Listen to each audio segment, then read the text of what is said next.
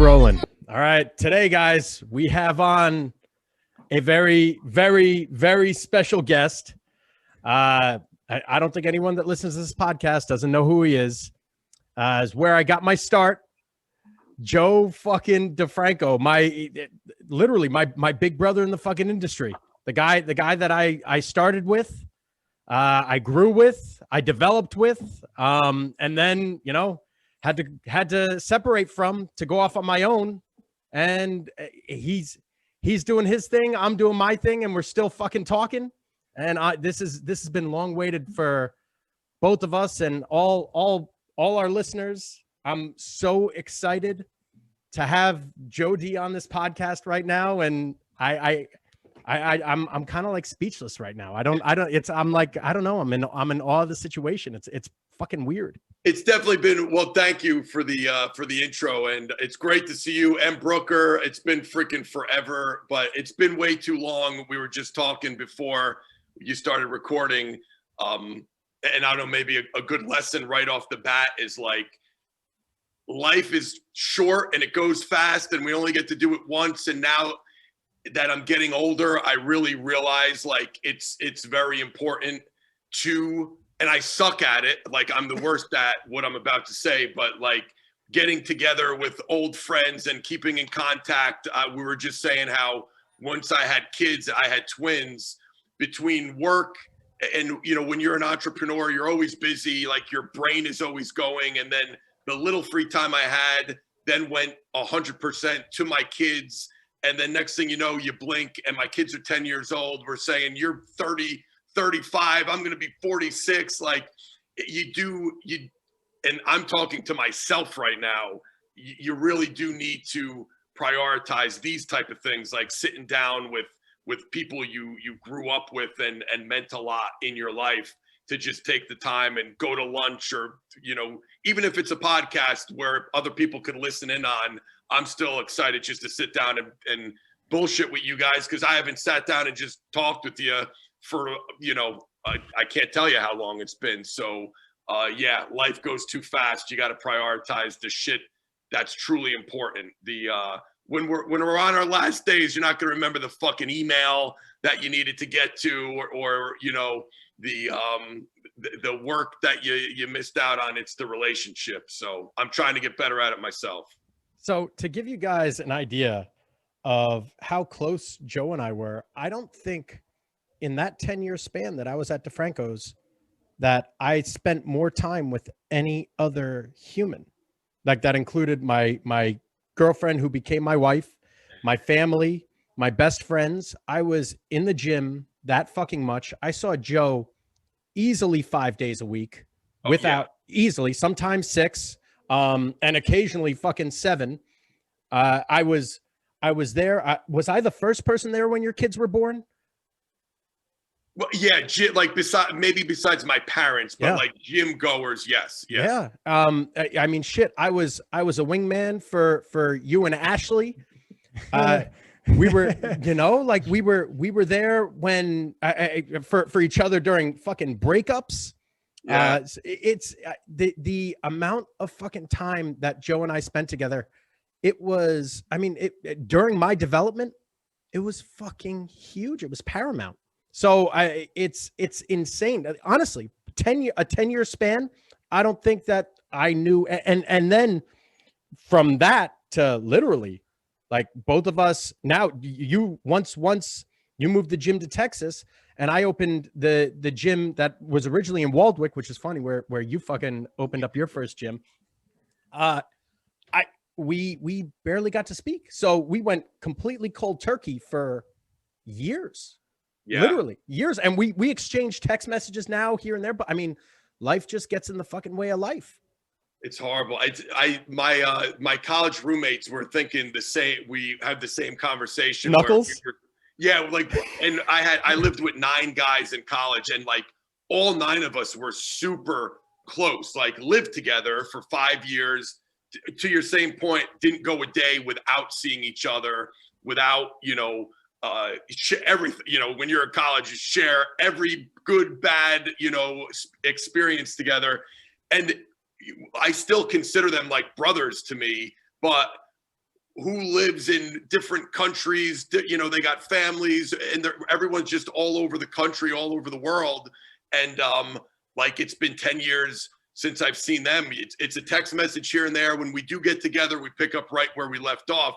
But it just sucks. Like, I'm seeing, you know, they got gray beards now, and we're all like the same person, but also a decade has gone by since we've seen each other. And it's just, that's the type of thing I'm talking about. Like, as I get older, I think this next, hopefully, knock on wood, you know, 10 plus years of my life, I'm going to try to make a change and prioritize those type of things, because when you hear it, it doesn't feel good. Like, shit happens.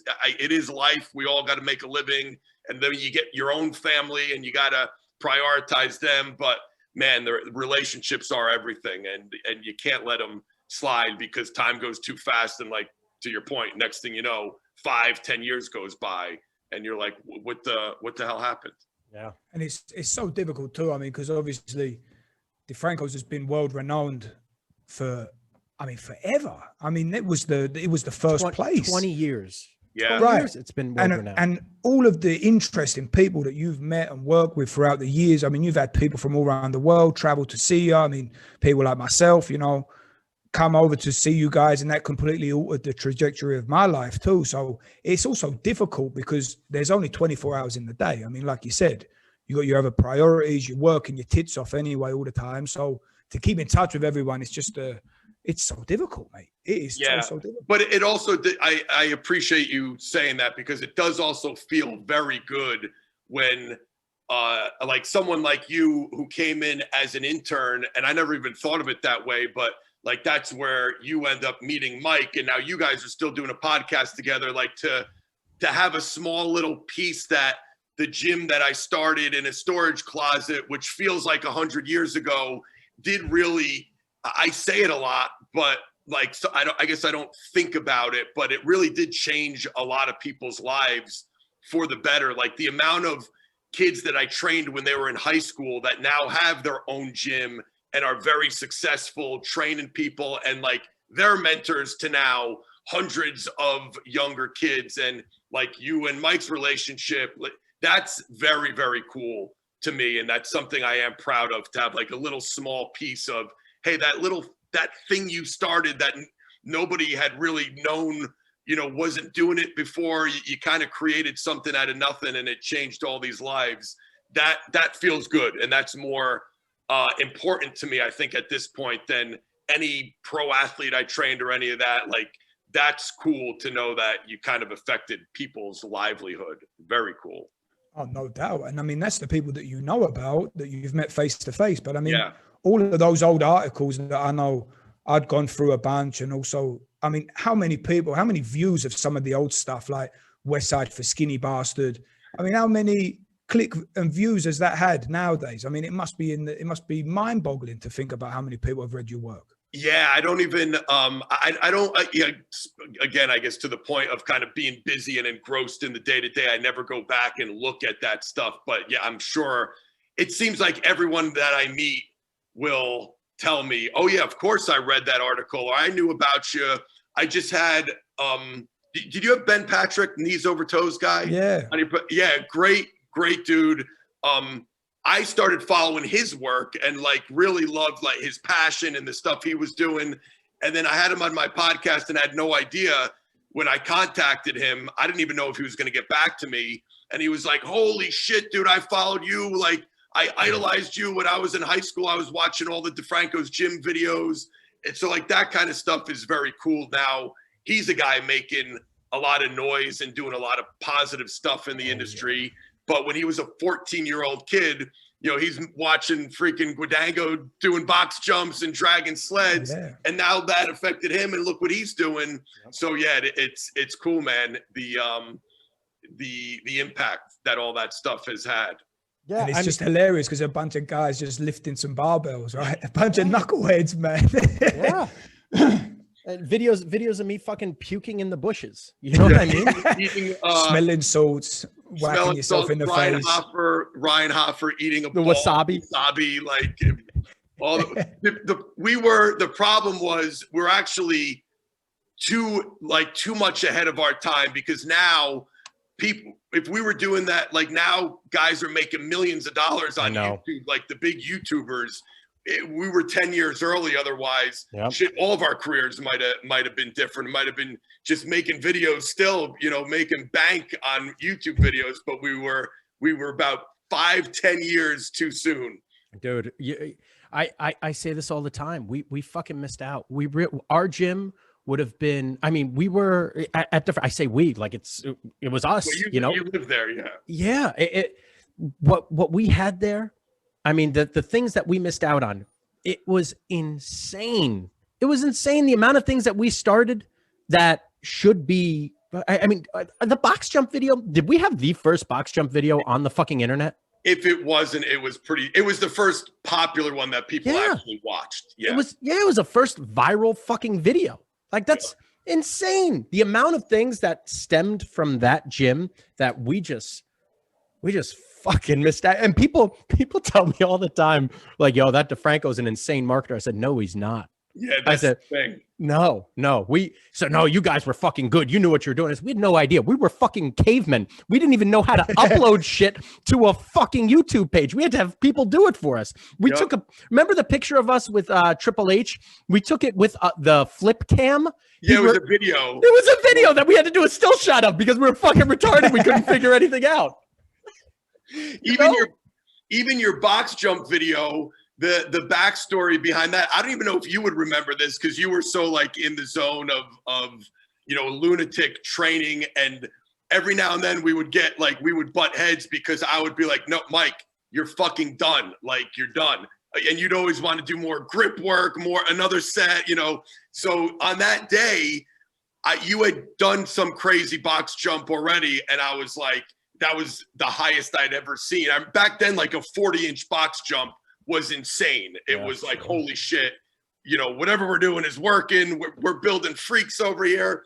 You stack up all the boxes. I was like, I didn't want you to do it. I was like, dude, you're going to fucking break your face.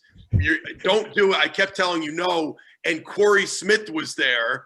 Remember Corey and his brother, like, dude, he's gonna fall back and hit his head. Let him do it. Fuck it. Let him do it. And then it was just like, you went to do it.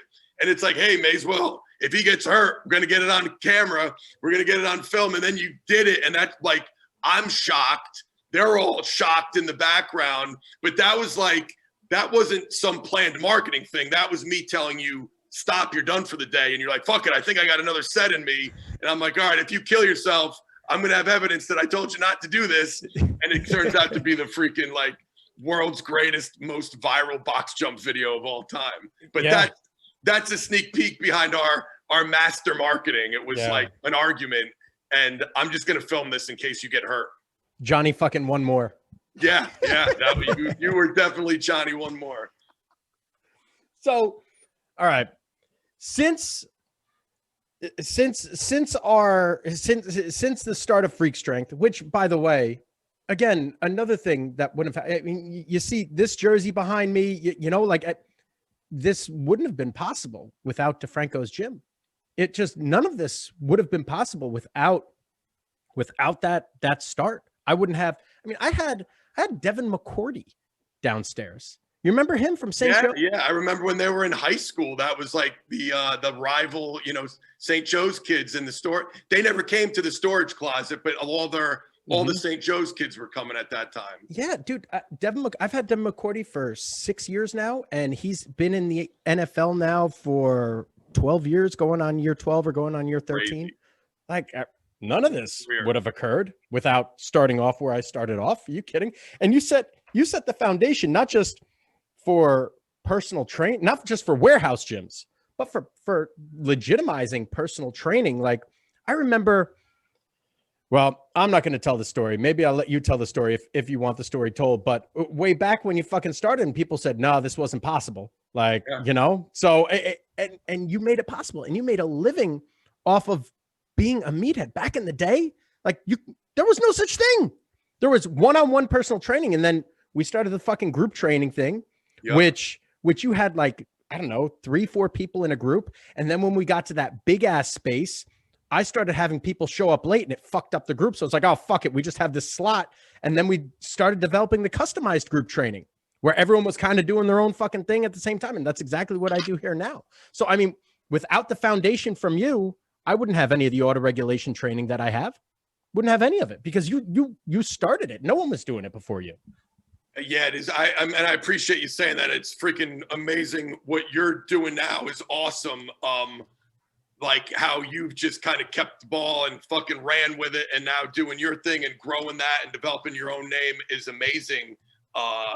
It's still crazy though that, yeah, I guess, again, I don't think about it enough, but nobody that like the private sector sport, especially like private sector for athletes didn't really exist. It was just like, and that's another thing. It wasn't some big master plan. It was like, I'm not good at anything else. I don't like anything else. I always say that I'm not a well-rounded person at all. I don't have a ton of hobbies. Like I like what I like. I know a lot about a little. I certainly don't know everything and got a lot to learn. But it's just, that's all I liked is being in a gym and helping people. And when my career was cut short, it was like, that's all I knew or wanted to do. I hated like real jobs. And so it was just like, hey, I'll get a small spot and train some people. And it just grew in, next thing you know, it's like this world-renowned facility where people were coming from different states and different countries, even in the storage closet, which is just insane when you think about that. But yeah, I think that's the thing I'm most proud of. Excuse me, when I meet people that I never met before, like at a seminar or certification, that say, I didn't know this industry existed until I saw your YouTube videos. And that made me say to myself or realize, holy shit, I could do this. I could make a living training people out of my garage. I could make a living in a small little storage closet. You don't need to be a multimillionaire. You don't need to have 20 investors. You don't need to own a 50,000 square foot health club. Like you could really just do what you love. And yeah, I guess I never thought that nobody else was really doing it before we started. So cool to see how many people are kind of used it as the blueprint, put their own little spin on it, and are now doing great themselves. Yeah. I mean, people had asked me when I started the gym, they said, well, what are you going to do? What do you plan to do with your life? I said, well, DeFranco already set out the fucking blueprint. I'll just try to do it better. That's all there is to it. Like he fucking he's a personal trainer. Then he got a couple of really big clients, and then he's doing his podcast. He had a certification. He's got supplements. I was like, okay, well, I suppose I have no problem following in those fucking footsteps. I just need to perfect or improve upon, optimize the plan that he already set out. It's easier to do it that way. I mean, Amazon followed fucking eBay. You know what I mean? So like, fuck it. It's the, yeah, you don't need to really reinvent the wheel. You put your own spin on it though. I think it's important. You, just like I did. And that's why I can never, having like Cameron left and got a great job in college setting, and people are like, oh man, are you pissed he left? I'm like, of course not. Like I had a gym, or I worked for another gym and left and started my own thing. How can I ever get mad for someone that got a better opportunity and moved on in the career? We still have a great relationship. We talk. Like I did the same thing. I don't expect everyone to, and I don't even aspire. The point I wanted to make was I realized I was almost following the blueprint a little bit too closely of my previous employer. Like I worked at Parisi's. His goal was bigger gyms, more employees, franchise. I want one, I want a Parisi speed school on every street corner. So I think I just kind of subconsciously thought that's how you grow a business. I went from the storage closet to a bigger gym, and then I started getting offers to franchise. It never felt right to me, and even like the Texas thing, we did it for a few years. It was great for 2 years, but didn't really work out because I realized bigger. I didn't like it because it became more business shit. Like my day was all meetings and everything but training people. And that's why now I've gone full circle, and I'm not in a storage closet, but I'm in a small little private facility where I train who I want, when I want.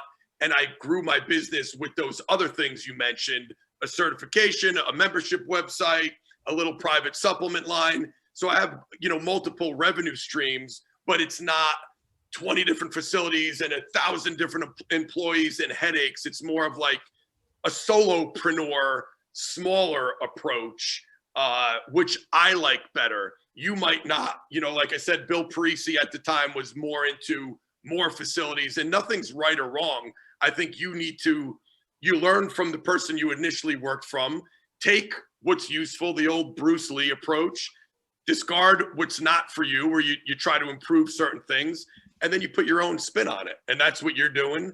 That's what I'm doing with my former boss. And that's what I think everyone should do. So you have the cert. How many people have you guys certified so far? I don't have the number, but it's probably close 2,000 plus ish. So you've certified the CPPS has over 2,000 people certified. You have your supplement line. How many supplements do you have now? It's still a small. I mean, we have like eight to 10 kind of core what I would consider more foundational stuff. We're not getting into all like the pre-workout. Mm-hmm. The supplement industry is a freaking nightmare. Mm-hmm. I was fortunate to hook up with Dr. Tom and be able to create a private line of supplements that I was already taking and kind of already existed. But yeah, like it's like a whey protein, a grass-fed whey, a fish oil, vitamin D, magnesium. It's not like mega pump fucking 3,000, those type of testosterone boosters and all the shit that sells really well, but it's bullshit. Yeah. We kind of stayed away from that. And I'm more like the old man. What do I take to be healthier, for my blood panels to come back better? Like that's kind of the shit we're selling. And you have your podcast, you have your membership website, you still have personal training. You're still training Triple H? Yeah, believe it or not, still go. Year 11. Year 11. Still at midnight? No, now it's flip-flopped early. Now I leave 7 a.m. They train before work now. Okay. Last year it all changed, but we went midnight for 9.5 years. I was getting home at 3 a.m, and now it's way better. It was a tough transition when you're used to going to bed at 4 a.m. Now I'm waking up every morning like a normal human, 6, 7, a.m. Once I got used to that, it's way better because I have like a semi-normal life now, schedule sleep-wise. So doing all this shit now and then seeing how you've evolved, what would you have done differently?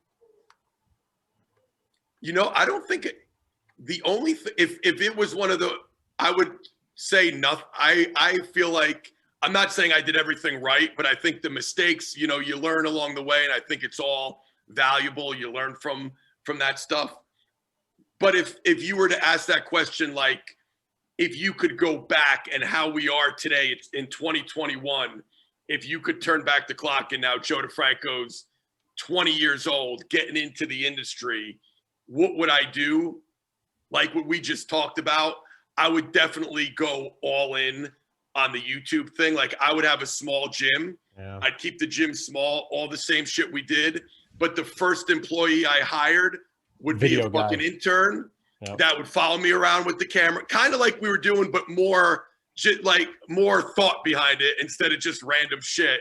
But create that aura around the gym of like people, kind of what we had again, but just go a little bit more all in on it, be more consistent, have like an uploading schedule, like, hey, DeFrancos Gym, man, every Monday, Wednesday, and Friday, they post videos, and just create the most massive online, like YouTube following. Kind of like a Jeff Cavalier's got 10 million plus, subscribers on his YouTube. The bigger your audience is, that just sets you up. Like people say, what's the best way to grow your business?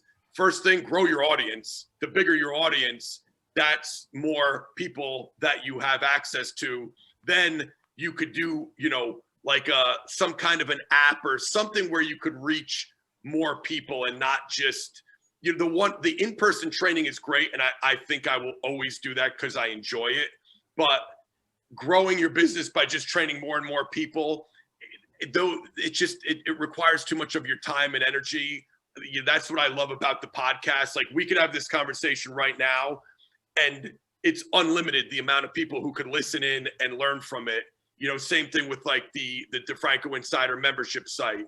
Every time we get a new member, it's not like I have to spend an extra hour in the day working with them. Like, they just have access to all the information we're putting out there. So I would have a small gym, have somebody follow around, record everything, give away almost everything, show them the behind the scenes, training tips, all that shit, and then have some kind of an online, app or service, kind of like a Ben Patrick, like knees over toes guy. He's all in on his online program. Like, that's his program. He's not trying to go do one-on-one training. I think that's smart for the world we live in right now, where everybody's just got their phone in their hand. I would go more that route if I, knowing what I know now, and if the world was the same. But I think for the time, like you said, I wouldn't go back and change anything because shit, we were ahead of the time. I'm proud to say, we were one of the trendsetters in the industry. So I wouldn't go back and follow anyone or do much different. I think everything happened for a reason. And I can't complain with where I'm at right now. What were your original goals? Like when you first started at Parisi, I remember you telling me that you just used to put in the insane hours, practicing all the drills, doing all the shit, and then just showing up, trying to be first one there, last one to leave sort of thing. Did you have any aspirations when you first started? Like what were you looking to do? I never aspired to be a business owner or I think I might have said like in college, like, oh, someday I'd like to own my own gym. But the reality was once I started working at Parisi's, I loved it because I was training it. We say we're training athletes, but the reality is working with a bunch of little kids for the first 5 years. It's like 7 to 13-year-old kids, but I really enjoyed it. And there were like, we started the combine program and stuff. So I had enough like sprinkled in high level athletes where you got to do, some more of the fun stuff and some of the more advanced stuff that we knew about back then. That was enough to like, kind of keep me satisfied there. And then working with the young kids paid the bills. But my goal, my first 4.5 years at Parisi's was to be the best trainer in New Jersey, the best trainer in the world. Like, I just wanted to be, and when I say that, it's never like to disrespect anyone else. Like, I'm better than you, or it's just for me, like, I'm going to be the very best I could be. I want people, when they hear my name, to be like, oh shit, Joe DeFranco. Yeah, he's good. I want to go to him. I wanted to be the top guy at Parisi's because I saw how and this is a compliment to Bill, that dude was a lunatic, like work-wise, to the point where we used to joke, like he'd walk in like a zombie because 10 different people would be talking to him at once. His phone would be going off. He'd have meetings. And I remember saying to myself early, like, I don't want to be that guy. I just like training athletes. Like, I want to be really good at training athletes. If I can make a living doing this and be the top guy, number one or number two in another person's organization, I'm happy with that. I don't need my name on the front door. But then we had, some issues and a disagreement or two. And then that prompted me. I kind of got my feelings hurt, to be completely honest. And I lost a little bit of trust. And that's what prompted me to leave. But originally it was, I'm going to be like the 60-year-old, hopefully jacked guy, like training kids. That was it. But isn't that very much also how your business has grown? Because, I mean, you showed up, your personality, everybody knows when you enter the room. You're very infectious when you're in person. I remember being there at the gym and when you walked in and everyone already stops and looks and everyone wants a bit of your attention. you managed to leverage also the internet at the beginning by doing the Ask Joe stuff and the other blog posts. Isn't that really the secret to how you've actually managed to do it? And you just didn't stop for years? Because I mean, we are talking like you've been doing this for forever. Since I was a kid, you've been doing this, you know? So, you know, so many people are looking to hack their way through it. But to me, it seems like it's pretty obvious. You were posting out those Ask Joes every Friday or something like that, if I remember correctly. Yeah. And as well as showing up in the gym all the time. So, I mean, of course, the internet has helped you grow because you managed to reach many more people, but that's really been the secret to it all, right? It's just showing up and just going mad and giving your best. 1000%. It's funny because it's interesting to me, or it's just weird to me that people contact me for like business consults. I have one today at 12:30 at the gym, which I am not a freaking business guru at all. Like, it's uncomfortable for me to even say it, but, and I'll give away, like, I did a seminar with me and Zach Evanesh did a garage gym godfathers, you know, business seminar last weekend. My whole thing is I have a slide, my PowerPoint, it says, go do shit. And that's, all the biggest things that have happened in my business, and I'll be interested to ask Mike you this too, like with your gym, if you've seen the same thing. You mentioned the Ask Joe. When I say go, people say, oh, you have all the, you know, different revenue streams now, and you're still going strong. Like, what's the secret? It was 0 5-year plan, 0 10-year plan. It was tunnel vision. I'm going to work today. I love training athletes, and I'm going to do my best to be really good at it. And every athlete that trains with me today, they're going to leave there being like, that was a great session. Joe's a great dude. I fucking love that gym. I'm going back. I'm going to tell all my friends about it. That was it. And when I would go home, again, being a very, you know, not having a lot of hobbies, like my career is my hobby. So I would go home, and then on Friday night, Saturday night, a lot of times I wouldn't go out.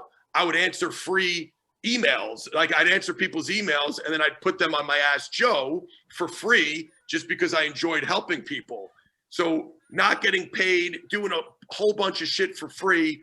The first, like, one of the real first big, like, career changing breaks was that call from Triple H, which a lot of people have heard this story, but those listening who haven't heard it, Brooker just brought up the free Ask Joe column that I did for 5 years, even though I don't think anybody, Mike probably read it. My parents, like, in the beginning, it was just, I would get like 50 hits on the website a week. Like, there wasn't many people reading it, but it grew over time, and I just kept doing it because I loved it.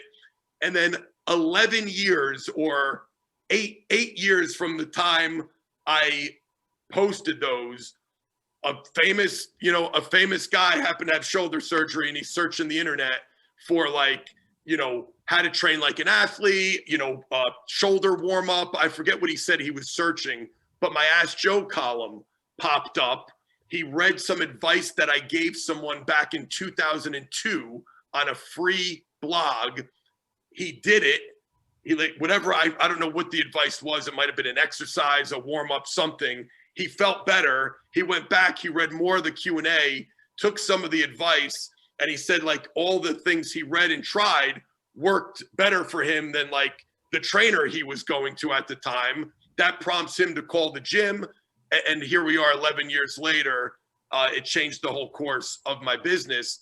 That doesn't happen if, to your point, I'm not just tunnel vision, working my ass off, doing a great job training people, and then sharing what I'm doing training people with other people for free, not because I ever thought I'd get anything out of it, just because I truly enjoyed doing it and helping people. And then, like, look what came out of it. And I think there's, you know, a great lesson there. Even the before Triple H, the top, like, name in the gym, Brian Cushing, was a huge name back then that every high school football player wanted to be like Cush.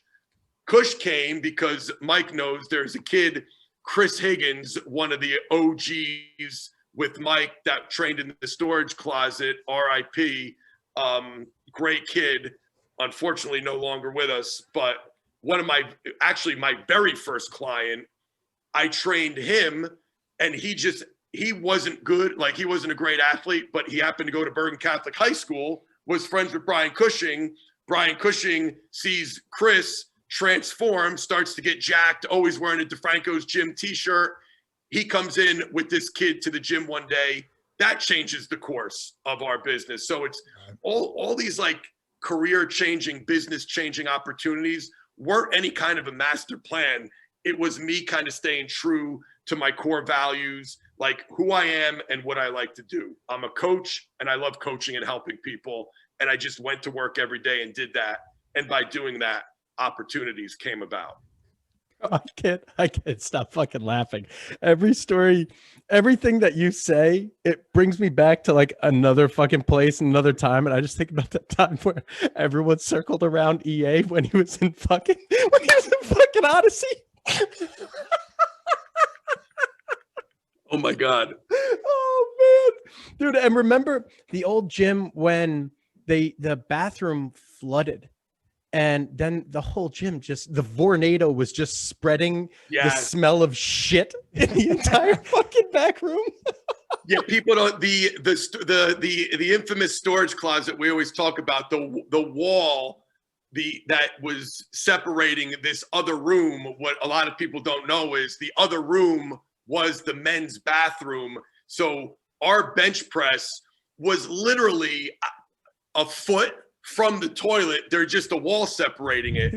But when the toilet's flooded or things went south in the bathroom, you smelt it in the storage closet. So to add to the aura even more of the old storage closet gym, it was actually attached to a bathroom, the men's room. Bro, remember when EA came in and he had the picture of a can, the picture of the eye, a picture of a screw, and then the letter U right above his fucking cock? Yes, I do. Yes, I do. Like this is so for people listening, EA Enzo Amore, formerly of the WWE, almost what Mike's talking about, like one of like my main high school disciples at the time didn't get along with Enzo, and they tried to jump him in the bathroom of the gym.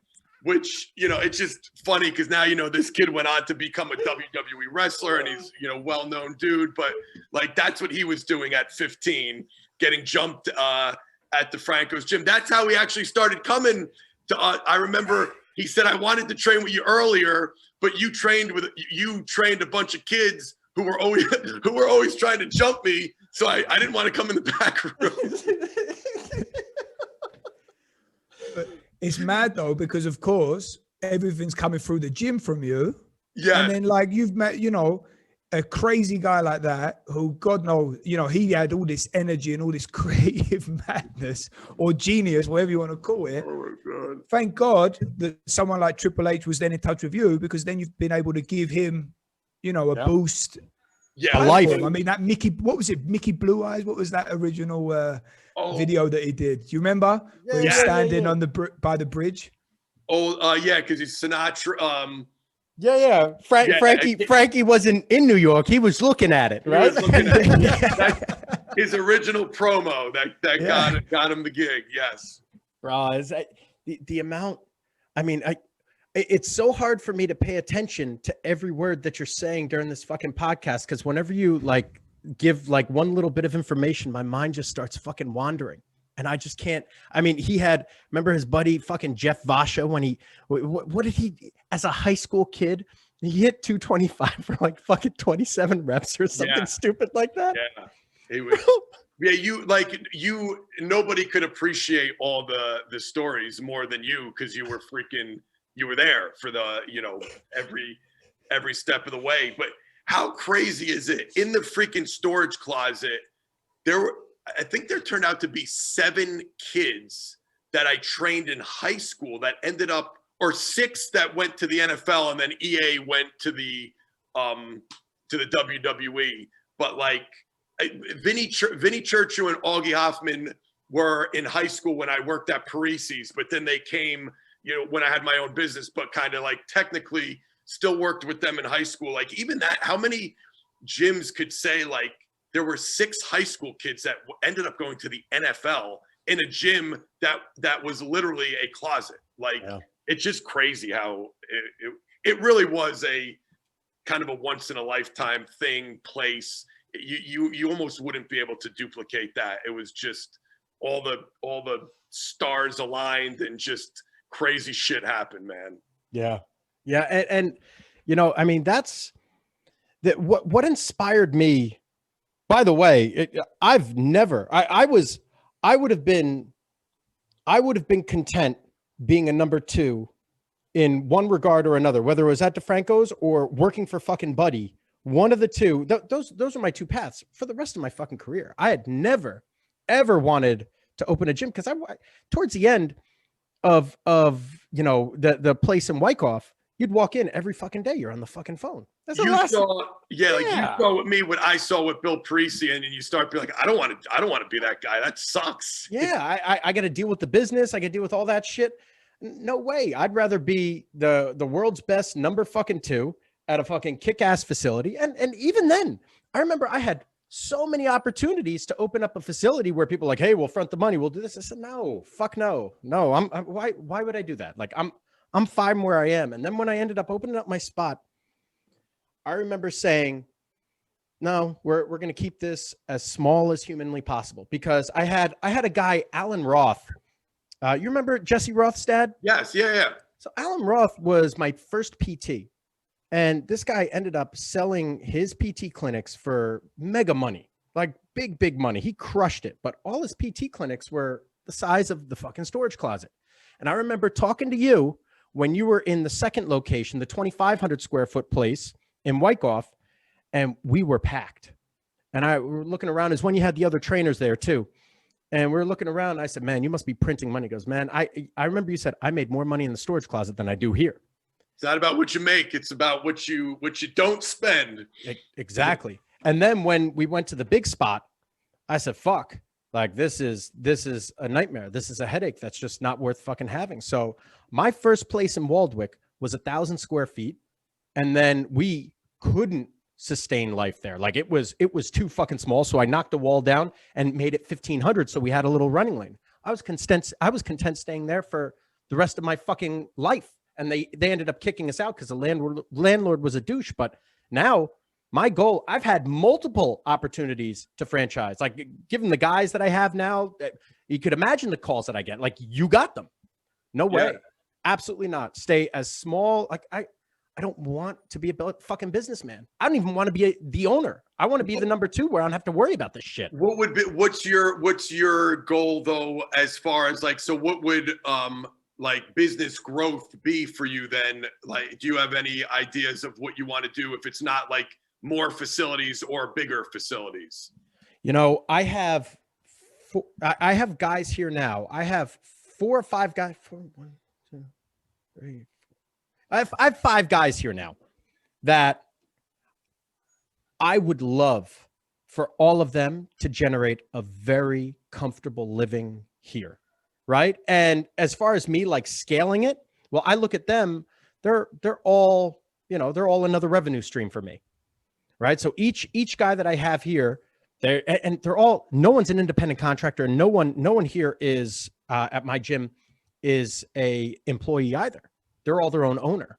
So I don't have any non-competes, just like you. Like no non-competes, like fuck non-competes. I think they're bullshit and they don't even fucking work. Now I got to sue you to fucking make you to stop working. That's the dumbest thing ever. At the bottom line is I know you feel the same way. It's like if somebody ever did kind of screw you and open up a gym next door, you're confident enough to say, you know what?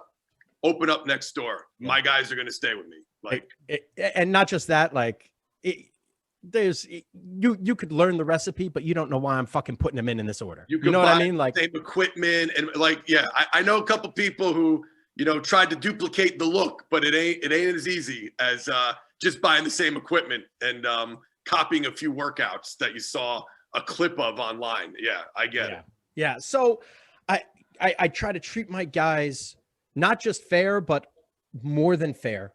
you know, like give them a big piece of the pie, because it, you know, like happy wife, happy life. Well, I'm married to my fucking business, right? So if nothing's running well in my business, if guys aren't happy, then it's a personal problem. All problems are personal problems. That's what Brooker always tells me. So I try to make sure all my guys' personal issues are worked out. So the way that we can run everything here, we run it like a family, and it's all trust.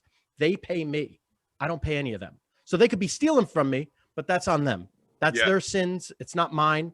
And I can sleep well at night knowing that anything that these guys get, like I can help them get, and I can help them build something. Like they can build their own community within my house. And I love that. So from a scalability standpoint, like I don't have from the gym, I see as it's pretty finite, right? I'm not looking for infinite growth with the gym. The gym is just, I'm capped with the gym, and the only way I can grow the gym is if I grow the overhead.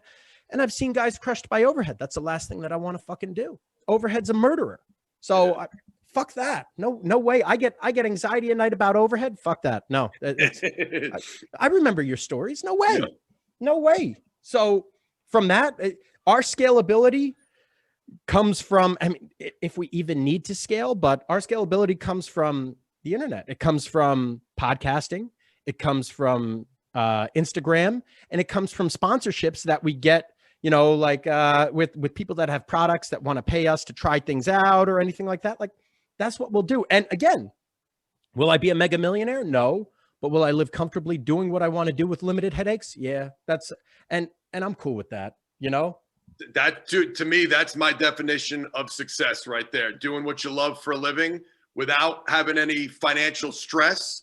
But you don't have to be a multimillionaire. But if you could pay your bills and not have anxiety and do that while loving what you do, or at least 90% of it, there's always going to be some headaches when you're a business owner. But that's success. Like I rather make, you know, $100,000 a year and be super happy than 220 grand a year and you're freaking miserable and you got problems and you're on the phone. No way. Yeah. But that's awesome. I had talked to a guy in my second year of business, is when I moved to this location here, the spot I have in Oakland. And he looked around and goes, "This is nice. Don't open a second spot." I said, "What do you mean?" He goes, I'm a personal trainer, or he was a personal trainer way back. He said, "I was doing $75 a session. I was packed 13 sessions a day, 7 days a week." And I said, "Let me scale it." I opened up 2 more spots. I made 50 more grand a year each spot. Well, it was not worth a single fucking penny. Yeah. Closed it down and got so burnt out, he stopped training people. And that's how you get burnt. You only get burnt out when you start having to do shit you don't like. And when you get bigger, there's more stuff you got to do that you don't like. That's what gives you the anxiety and the knot in your stomach. And yeah, I mean, I'm with you on that. It's not worth it. You got to do what you love. And if you could do that, you're successful in my book. 100%. Yeah, and with the internet, I mean, even if you're say you're a gardener, or people are making millions playing video games and other people are watching them do it. So, I mean, nowadays we live in such a different business climate anyway. Yep. And Joe, one of the things, I mean, you mentioned it a couple of times, was, you know, showing what you know, right? And I mean, of course, that garners attention from other people and it builds up your credibility. And you'd mentioned if you was to start again, you would just have a small place and show everything of what you're doing and film it almost like a reality TV kind of thing, I can imagine, right? Now, the internet is saturated. Yeah. Would you still recommend that for people now and just carve your own path and stick to it for the long term and, you know, keep being original with it? Or do you think it's already, is the boat passed with that? It's getting close. It's a great point. It's way more saturated, but I still think if you have something unique, like the more niche you could be, I think the better. You try to attract everybody, you're going to attract nobody. And I think that's why, not to keep bringing him up, but I think he's a great example. I mentioned like Ben Patrick. Like I remember when I first saw his like Instagram handle, I thought I was like knees over toes guy. Like, that's all you're going to just be the knee guy? Like, that's kind of crazy. The glute guy. What's that? The glute guy. I was just going to say, at the seminar last weekend, I mentioned Ben Patrick and I mentioned Brett Contreras. And I'll be the first to admit, I remember when Brett started calling himself the glute guy, I was like, is he crazy? He's going to put himself, like, paint himself in this corner of, like, just being the glute guy, and look where it got him. Like, he is killing it right now, selling products to develop the glutes. You know, every Instagram model is on his programs. He's got the gym. Like, so I think those guys are great examples of, like, if you could, yes, it's very noisy, and there's everyone's a personal trainer now. Everybody's Instagram bio, entrepreneur, personal trainer. But if you have a unique voice, if you could really highlight something unique and have a niche market, and you're good, and you have to, like, post and be consistent AF. Like, you can't be posting a video every week, every other week. Like, consistency, uniqueness, and more of a niche market. I think you could do it, but you are right. It's not easy. It's getting close to where that shit's just too overly saturated. But if you're good, you're unique, I think you could still make a hell of a living and make some noise and get recognized. So when you started DeFrancos and then you went from the storage closet to the second place, like it's great to stay in the storage closet, but realistically we outgrew it. It was just too small. And then you had to go to that second spot.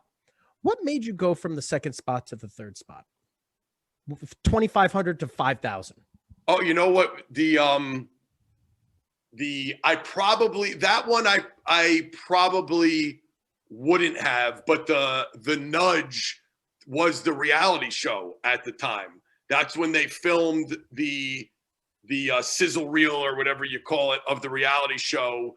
And that was like, and this is a good lesson too. And I've certainly learned from this, and I don't regret it either, because I love that. The 5,000 square foot gym, that would be, in my eyes, my views, to me, that's like my ultimate dream gym that I got to have. So again, so many people, so many gyms I've been to, people send me a picture of their gym. I think they're sending me a picture of that gym. I'm like, why are they sending me a picture of the old Wyckoff gym? But it's them duplicating exactly that blueprint of the turf, the racks down the side. Like, that's kind of become like the blueprint gym. So don't regret it at all. But that storage closet, you're right. No choice. It was just too many people. I politely got asked to leave because that's when the owners changed at Odyssey, and the new guy didn't like how packed we were. And, you know, people were calling it DeFrancos instead of Odyssey. He was getting pissed. But it was the reality show. They shot that sizzle reel, and they basically told me, like, you're going to have a show and it's going to get crazy real fast. So instead of waiting, like, you might want to look into having a bigger place, because once this shit goes down, you know, you don't want to be, you know, you have a show and now millions of people are showing up or whatever, and you got this little gym. Like, it might be good to do it first. And not that I believed, it wasn't like, oh, they said it, so it's 100%. Like, clearly I knew there was a chance that it wouldn't happen. But I would also be lying if I didn't say, like, them saying that, it made me kind of make the move maybe a year or two earlier than we needed it. Cause it was packed and we were doing great in the second gym, but it wasn't like busting at the seams every single hour like the storage closet. So I did it because the reality show people. And then that was the first smaller company. If you remember the lady Brenna, and she was awesome. That fell through. But then like a week later is when Buna Murray, which is the biggest, they're like Kardashians. Like, that's the biggest production company that I know of in the world. Then, you know, I signed the contract with them. So I was like, oh, okay, this is we're going to have a show. So I'll make the move. And then that's when, you know, we ended up we still could have had a show, but like they were more Hollywood fake bullshit. And I ended up, you know, kind of turning it down what they offered. And then I thought they would at least let us do it more like I was hoping, like a real look into the gym. But next thing you know, that contract just fizzled out and we were in the gym, which was, you know, like I said, it wasn't like we were so over our head, but I'd say moved in there maybe a year earlier than we would have needed to. Yeah, they wanted to make it more like an Orange County Choppers, right? Yes. Yeah. What fake fight with my dad? Like, oh, we got to get you and your dad to fight every day. I'm like, listen, he's a character enough. I don't think you need to manufacture shit. Trust me. But they didn't want to trust us on that one. So whatever. Yeah. Probably better. Probably all worked out for the better. What do you miss about it? What do you miss most about having those spots?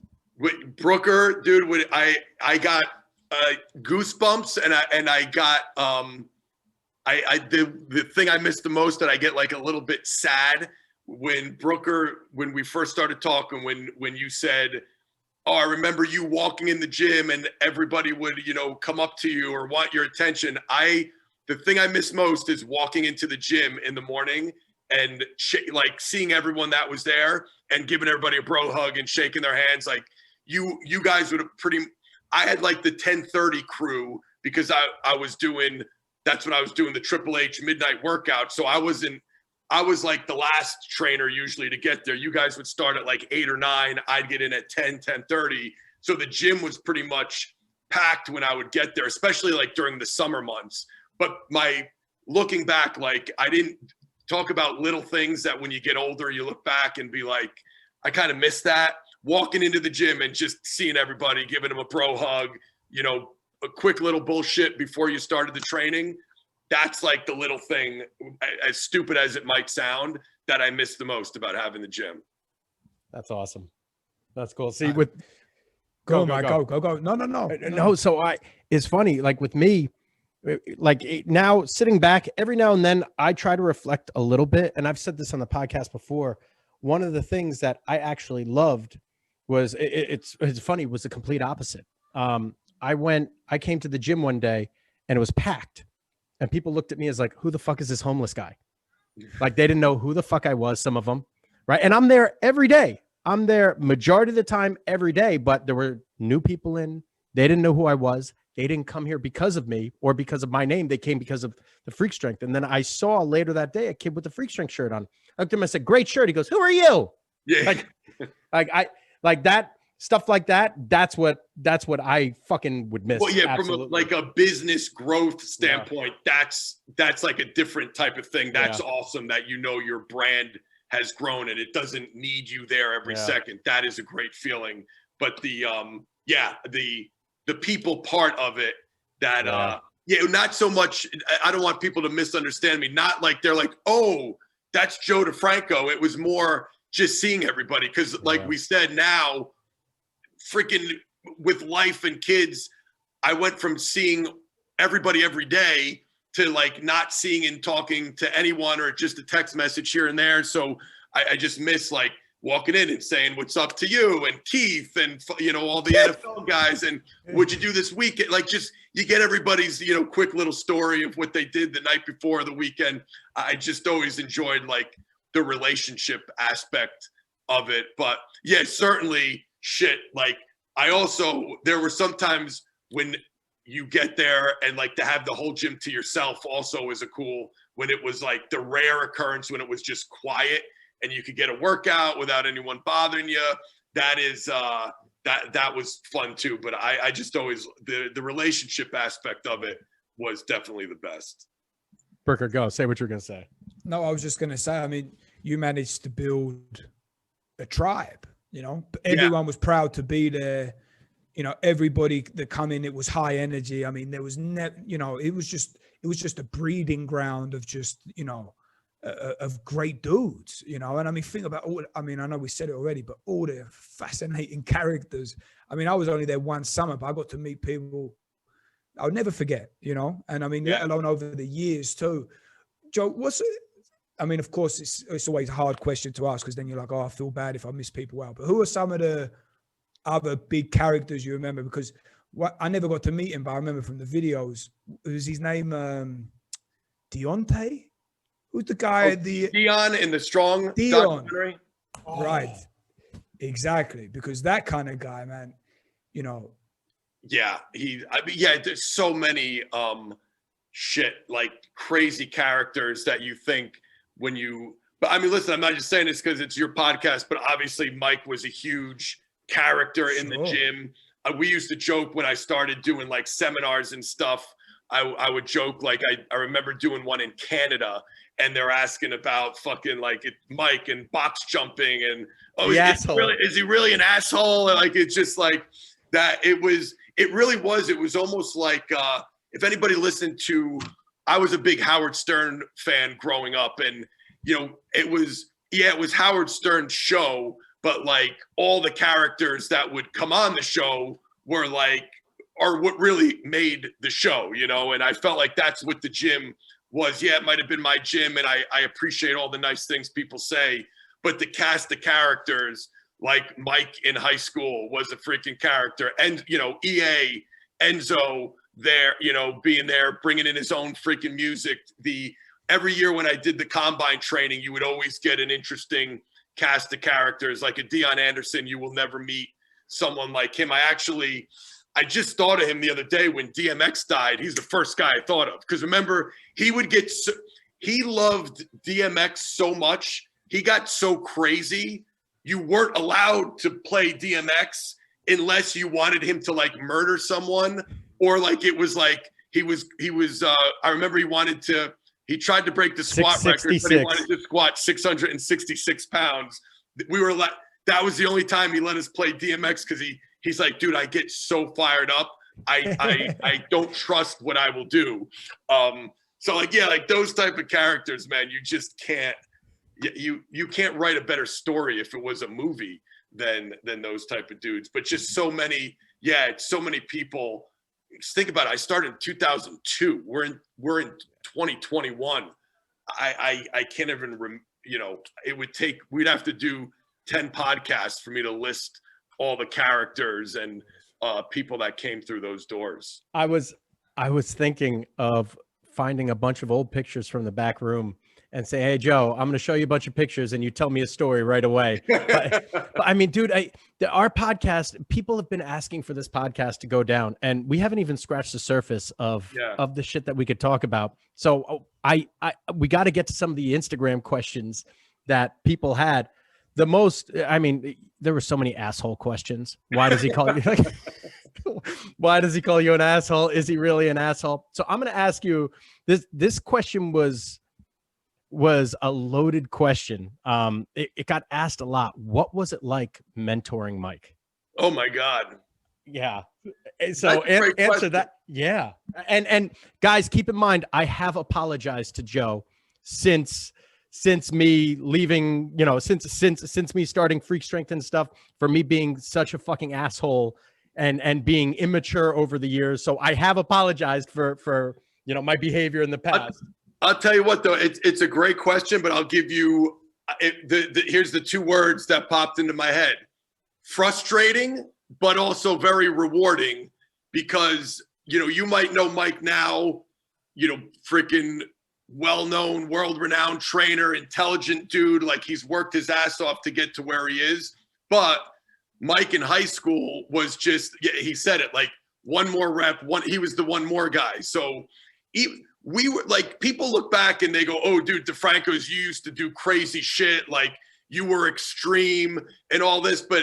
And I think Mike would agree with me. Like I was always the one being like, dude, you have a game tomorrow. No, like you're done. Don't do 30 more sets of fucking forearms, or, you don't need to try to squat 1,000 pounds today. Like I was always the one pulling him back and saying, you got to do a little bit less. And listen, I would say he listened to me 90%, 90% of the time, but it was a constant battle. Like it was one of those, hey, should I do another set? No, you're done. Sure? No, dude, you're done. No more. How about just one more? And then I might cave and be like, all right, just do one more set. And then he'd be like, Yeah, but you don't think that'll be too much. You know, it's just like that constant back and forth. But again, on a serious note of nobody worked harder and nobody got more out of their potential than Mike. I think a lot of people probably know your story of like getting cut and then becoming an All-American in college. Like that's a freaking great story. We could tell all the funny shit and, you know, was he an asshole, this, that, the other thing, but you worked your ass off and you became, I feel, as good as you could have been at that time with what we knew and, you know, doing it the right way. Like you turned yourself into a kid that got cut from his baseball team to an All-American. So somebody did something right. So, and I'd hope I was a little small part that helped along the way. So in that sense, it was very rewarding. Like when you take a kid that comes to you because he got cut from the team, and then over the years, you see him develop into the kid everybody's going to for advice. And then like Mike started by himself, but then next thing you knew, we had the entire William Patterson baseball team in the gym. That was because of they saw the progress he made and they wanted to be like him. So that felt good to me, you know, thinking like, hey, some of this shit, he doesn't always listen to me, but some of this shit is working and it's frustrating along the way, but also we are getting a result, an end result. It's not like we're just, you know, banging heads all the time. So that would be my answer. Frustrating at times, but was rewarding. And in the end, the shit all worked out. Another one. Oh, here's a really interesting one. This is about freak athletes. Who would be the best UFC fighter out of all the pro athletes that we've trained? And this is a combination between the guys you've trained and the guys I've trained. That's a fucking good one. That's a great. My quick answer. I mean, maybe if I think a little bit more, but I gotta say Kush because he's here. The interesting thing, especially now, because he's really into jiu-jitsu, and I heard he's gotten like really, really good. So his craziness, his fucking strength and power, and now he has like, from what I hear and see, like some amazing technical skill on top of it with jiu-jitsu. That's how I got one of the few guys that I train right now, Ryan Gracie, came to me because of Kush, because he was like, he couldn't believe how like strong and explosive Kush was. He was like, I never felt someone like that. And he's like, if I could have that football type of like strength and power with my technical skill, I feel like I'll be unstoppable. But, he's from the Gracie family, world-renowned, legendary family that said like, he's the one who told me like, Brian Cushing is very, very good at jiu-jitsu. Like he's like killing dudes. So I think he'd be pretty damn good UFC fighter. Yeah, you saw him slam Vinny Ascalise on the fucking concrete floor of the gym. So he's got some good takedowns. We know that. And also he's got a rock hard noggin after headbutting a guy with a fucking helmet on. He's not afraid to. He'll fight a guy with the helmet on when he's not wearing a helmet. So I'll take Kush. Yeah. It was between, and I was sitting there thinking, I was like, fuck, who would I possibly choose? It was between him and Brandon Marshall. Now I've never seen an athlete like Brandon Marshall. I mean, this guy, he is a fucking racehorse. And funny enough, he actually has a horse tattooed on his leg. But this guy is incredible. You've never seen. Remember, we had Cromartie, and Cromartie just stood there and fucking jumped 44, right? Like, but he was like a skinny Jack dude. Bro, B. Marshall was the most intimidating force. Take that back. Linville Joseph was the most intimidating fucking force. That guy's 350 pounds. And angry. But B. Marshall, I mean, he was bigger than Tradow. He came in and he's a receiver and Tradow's a DN, and Justin's like, what the fuck? Like, are you kidding me? Like he was incredible. But I sat there, I was like, and B. Marshall is nuts and he knows how to fight. But Kush, hands down. Yeah, because like what's Brandon Marshall weigh? Because Kush is like 260, 270 and like shredded. B. Marshall is 250, hanging around like 240. He's that big? Bro, he's huge. He came in during his last year. And he's like, yeah, I said, how much you weigh? He goes, 220. I was like, no, you don't. He goes, well, I play at 222, 227. I said, hop on that fucking scale, 242. And there's not an ounce of fat on this guy. I'm like, yo, bro, where are you going to lose this shit? I said, were you fucking kidding me? Like when David Boston trained with Poliquin, he was 240, and that was considered like that was never heard of for a receiver before. McCourty told me lining up against B. Marshall was like he said he played like dummy played possum the first couple of plays, and then out of nowhere, Marshall came and just bam, and like beat the shit out of him off the line. He's like, yo, I don't want this man's hands on me. Like, so McCourty just like jab him and like run away and like backpedal to try to cover him. He's like, I'm not doing this. You nuts? That's funny. Yeah, I never met him in person, but I've seen him. I mean, he's a freaking, I know he's a beast, but I didn't know he was that big. He's humongous. Hold on. Who was the original OG skinny bastard? Ooh. The vertical Jimmy, what is his name, right? John Iannuzzi. That's who it is. Who actually hit me up. He's still around, shredded, still playing basketball, but legit. He was the first kid I trained that was like obsessed with vertical jump, and I credit him because he got me into more like research and going from just like general strength training to like how do you get someone to jump higher that's starting to get at a pretty high level. He did a legit 39.5-inch vert in high school.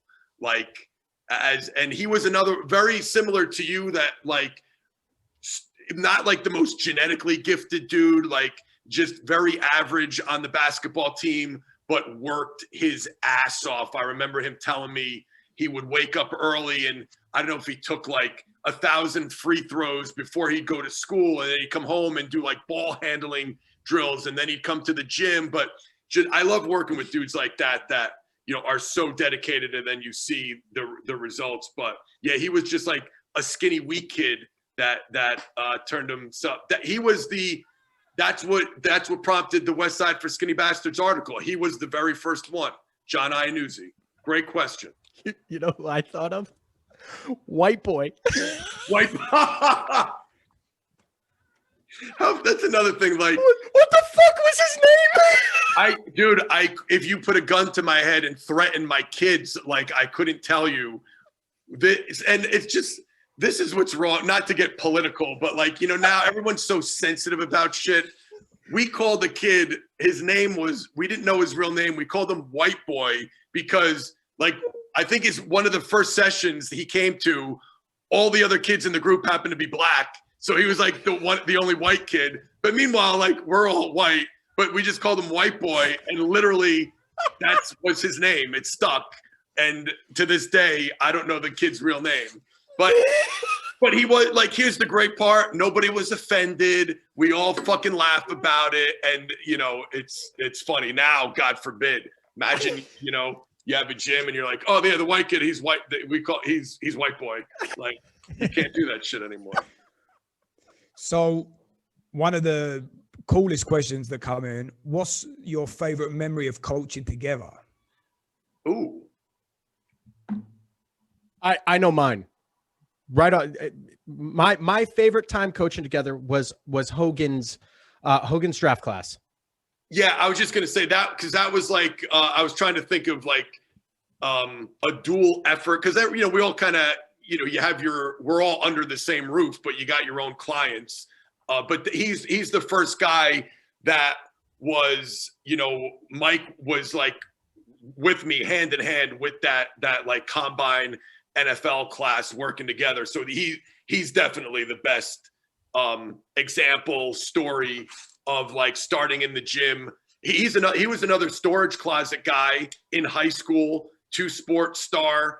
I always knew he was going to do so. Like me and Mike, this is, I think, why he was a great one. It's because anyone who worked with Chris, you knew he was going to make it, but he was such a long shot, like on paper, because he didn't have great stats in college. He only played football 1 year and he went to a small school, but it's like, we knew he's going to make it. And that was cool. Cause then that's when Mike worked directly with that class. And it was just, that was the year that they had the lockout. So, he was a long shot to begin with. Then everything got canceled. Then EA's brother-in-law got him into he didn't even have a pro day. So it was like the odds were really against him. We get Enzo Amore's brother-in-law hooks us up to get him into Fordham's pro day, which there's only 3-4 NFL teams there. Yep. But he fucking destroys that pro day to the point. Remember, they were calling him Hulk Hogan? Yep. And so then we're like, holy shit, he had a great day, but still nobody really saw him. And then he got the Giants workout or something. But he's definitely the best dual effort where we worked together and saw a kid that was a long shot in everyone else's mind but our own that made it. And now played how many years in the NFL, Super Bowl rings, and now he's playing pro lacrosse. Freaking crazy. Yeah, I remember. So there two memories come to mind. When we had that class, it was fucking awesome because that's when I really started getting to the injury prevention shit, the rehab, prehab type role. And you let me do it. You let me do my fucking thing. You let me develop. I remember calling the guys off. I said, all right, hey, everyone come in today. Let's see what this looks like. All right, boom, boom, boom. You're with me. You're with Joe. We need to do, a plan B type thing because this looks like shit. That looks like shit. That looks like shit. And you let it happen. And I also remember, Dude, can I just tell you what a fucking, now that you say that I forgot kind of that part. What a relief, when doing the combine classes by myself for 12 years at that point, it was always the worst when you got 13, 14 guys, but then one or two are my shoulder's killing me. I can't do the 225 test today.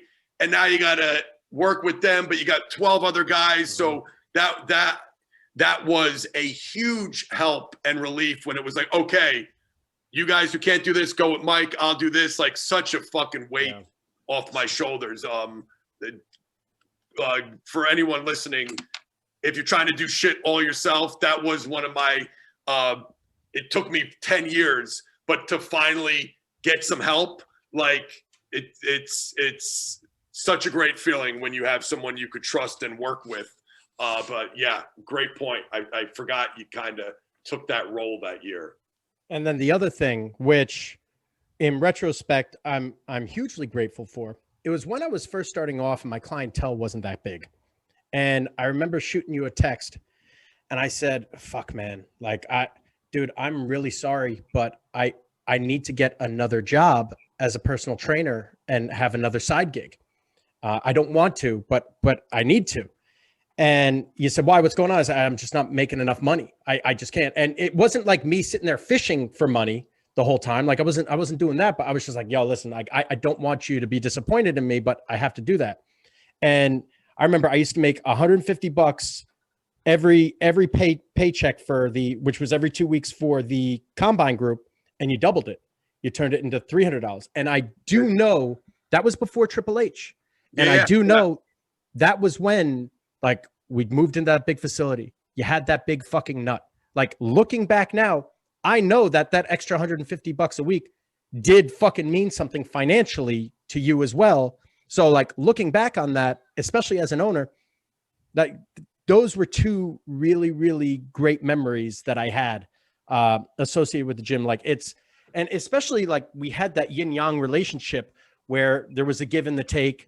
And I mean, I was young and up and coming sort of thing and full of ego and all this. And you let me do my fucking thing, especially that year. And that was as far as my development goes, your ability to not get overtly pissed off at me and get contemptuous with me. It takes a lot. It takes a bit because I was a fucking pain in the ass. I get it. you know? So like to be able to do that stuff, like that was retrospect. And even in the time, that was some of my favorite time. That was my best memory coaching together. Yeah. I appreciate you saying that because, and I think, and it was all, and it's funny, like now that you have your own gym and business, it's cool that you can see like, yeah, when you're the owner, everybody thinks, oh, you're making money hand over fist. And it's just, so yeah, it's not always easy, but I always prided myself on trying to do the right thing, keeping everybody happy. And as far as like letting you do your thing with the, you know, you would take the guys with the, with the combine class, my thing was always, I think everyone could see this. It wasn't like, I didn't need credit. It wasn't an ego thing. I truly just wanted everybody to get better. Like, listen, they're all training at DeFrancos Gym. I just want the end result to be the best possible result. And I knew deep down, yes, sometimes you could be a little pain in the ass here or there, but I knew you wanted that too. Like you had the guy's best interest at heart. So that's why I didn't care. I didn't get on you. It's like, all right, Mike's going to take him. We all have the same goal is you wanted, in this case, if it's Chris Hogan or whoever else was in that crew that you would kind of take off to the side. Like we're all on the same team. We're getting these guys ready for a pro day, whether you work with the guys 2 or 3 times during the course of the week. Like I never kept score with that kind of shit. I just wanted at the end of the day, when they go to their pro day, I want them all to do better. And that's why I was fine with you taking them because I knew what you were doing was helpful and way more than I could do by myself. Again, with 15 guys and everyone has a little different thing. You learn, and especially as you get older, maybe if that was like my first year doing it, I might want all the control. But even then, I guess this shows how freaking old I am because that's going on 8-10 years ago. But I was old enough to be like, I fucking can't do all this by myself anymore. It's overwhelming. I embraced the help and it helped because, you know, that class, that was another great class, you know, and that's what it should be all about. I think I know you guys know this in our field. Unfortunately, there's still a lot of people because of, I guess it's like a social media thing that there's like some like celebrity trainers and all that people get in it because they want to be the star, but we get in this, or I would hope you would get in this because we want to help other people. Like we're the guys who didn't make it to the pro sports. We all love sports. We all played sports, but we weren't good enough to make it. So we're the guys that try to help the other people be the star. And that gets lost with a lot. And they want to be the fucking Instagram star. And it becomes about them when it should always be about getting the client better. And I think we need more coaches and trainers who their top priority is getting the freaking client better. Who was your favorite client to train? Ooh, I know my least favorite when you were out was Cushing, hands down. I don't see. I would say that whole I still remember him as like the 1030 crew, like Keith and Kareem, like all those guys, because they were just they you know, they did everything I said. They didn't complain. They loved it. If somebody new came in, they kind of took the role. Like there are guys that took a lot of pride in the gym as well. So if someone new came in, they would kind of act as a coach and help out. Like everyone in that group for that while. Kush was there a lot, but you know, he was already in the NFL, so he wasn't there as much. But yeah, that's the thing. I think, and I don't know, maybe you have a different memory. Maybe as we got bigger, you know, a couple slipped through the cracks, but it was a world-renowned gym, but we didn't do like active marketing. And I think that's why 99% of the people who walked through the doors, whether it was like the worst, shittiest, most unathletic kid in the world, or a Brian Cushing or a Chris Hogan, like people came to DeFrancos Gym because they heard about the reputation and they wanted to be there. So like, I don't have many memories of people that I'm like, oh my God, like I dreaded that group or that guy, because most people came in and they were super gung-ho to train. You know, it's not like, I remember when I first got started in like regular general pop personal training, and it's, you know, it's like the guy that's like just complaining about his wife for an hour and that kind of shit. Like, you don't have to deal with that as much. And I know why you're laughing. But keep it to yourself, son.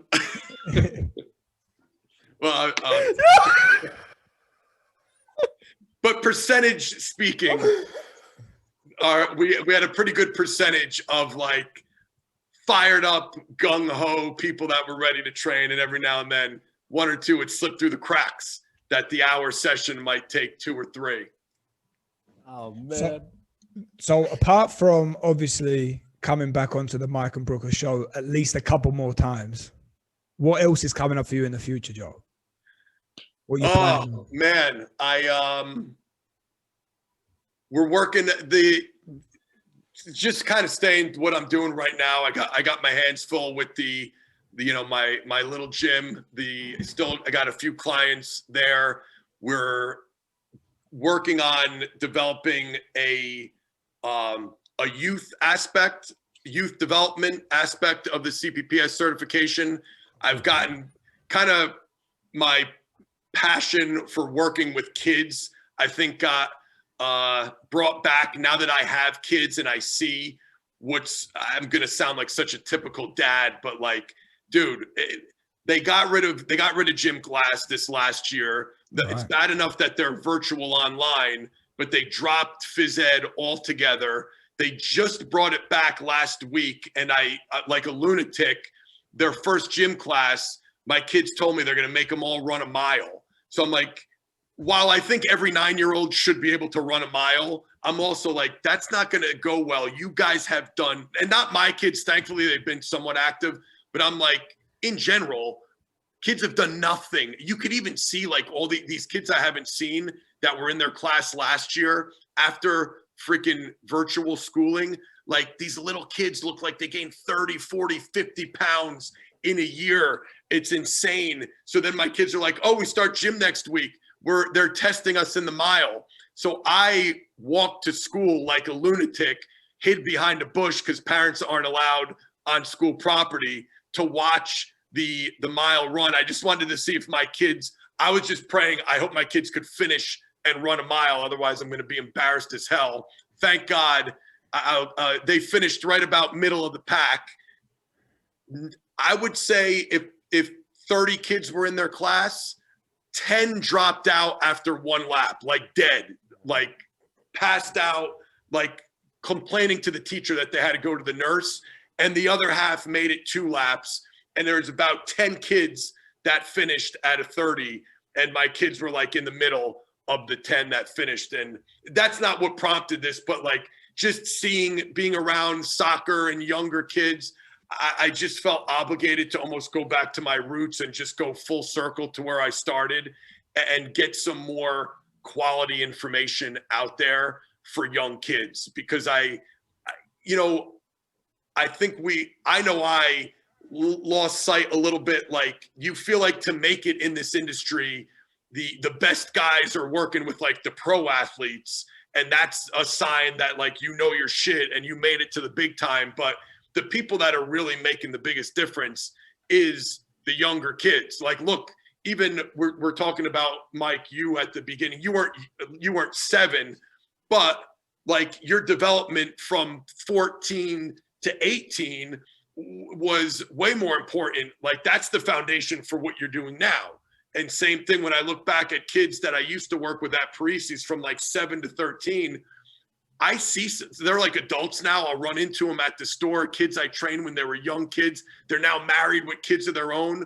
Those are the people I had the biggest impact on. So that's like one of my big projects for this year is adding on a youth aspect to our certification. We're probably like, 9 to 12 months away from it being completely done, but we're really going to prioritize that. And hopefully get some quality information out there for younger kids and people working with younger kids. I'd love to make it cool again for like the top coaches to want to work with young kids, where it's not like, oh, I'm stuck working with a 10-year-old. Like, no, you're really good. That's why we want you working with the 10-year-old. I'd love to kind of shift that mindset a little bit. Yeah, some of the best coaches used to be with just the youth athletes. Yeah, that's how I think that's how it should be, you know? Yeah. Not because that, they like, need the most help. Yeah, like pro athletes, yes, we still help them and you could fine tune them, but they've already made it to the pros. So clearly they've done something right, or they chose their parents right. Like, they'll be all right. Yeah, you could help them gain another few years on their contract, make them a couple extra million. That's huge, but still not the impact you could make with like that 7 to 14-year-old. So I'm going to start kind of focusing a little bit more. It's funny, I've gotten to two ends of the extreme. That would be my one thing. And then now that I'm finally starting to recover from this shoulder surgery, I'm going to work on a new program for the washed up meatheads out there. That'll be my other big project this year. So the young and the old, two ends of the spectrum. So I got two things to add to you for that. One is a sales pitch. There are 1,500 guys in the NFL every year, 1,500 or so, maybe. Yeah. And you know, if you include training camp, about 3,000. There's about 350 in the NBA, maybe 400 in the NBA, and maybe another 1,500 in the MLB, right? And those are pretty much the only, and hockey, whatever. So we're talking maximum 10,000 professional athletes in this country that make a living. Yeah, there's only 10,000, but guess what? There's 1 million motherfuckers that sign up for T-ball every single year. Yep. Every single year. So you think the money's in pro sports. If you charge each one of those kids $1, whose parent wouldn't pay $1, and you get 1 million signups every single year, talk about reoccurring business.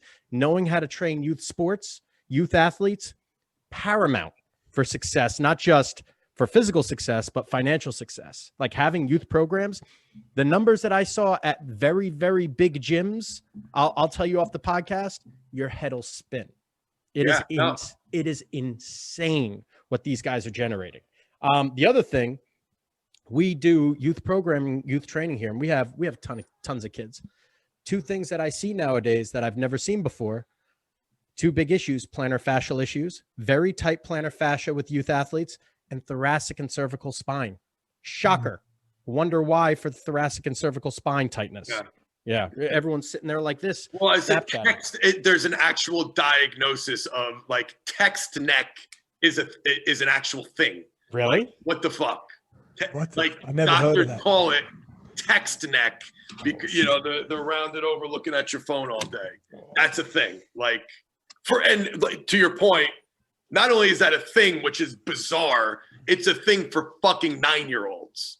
Yeah. Like, mind blown right there. But yeah, that's the world we're in. So maybe we could do our part to help save the children and see what we could do.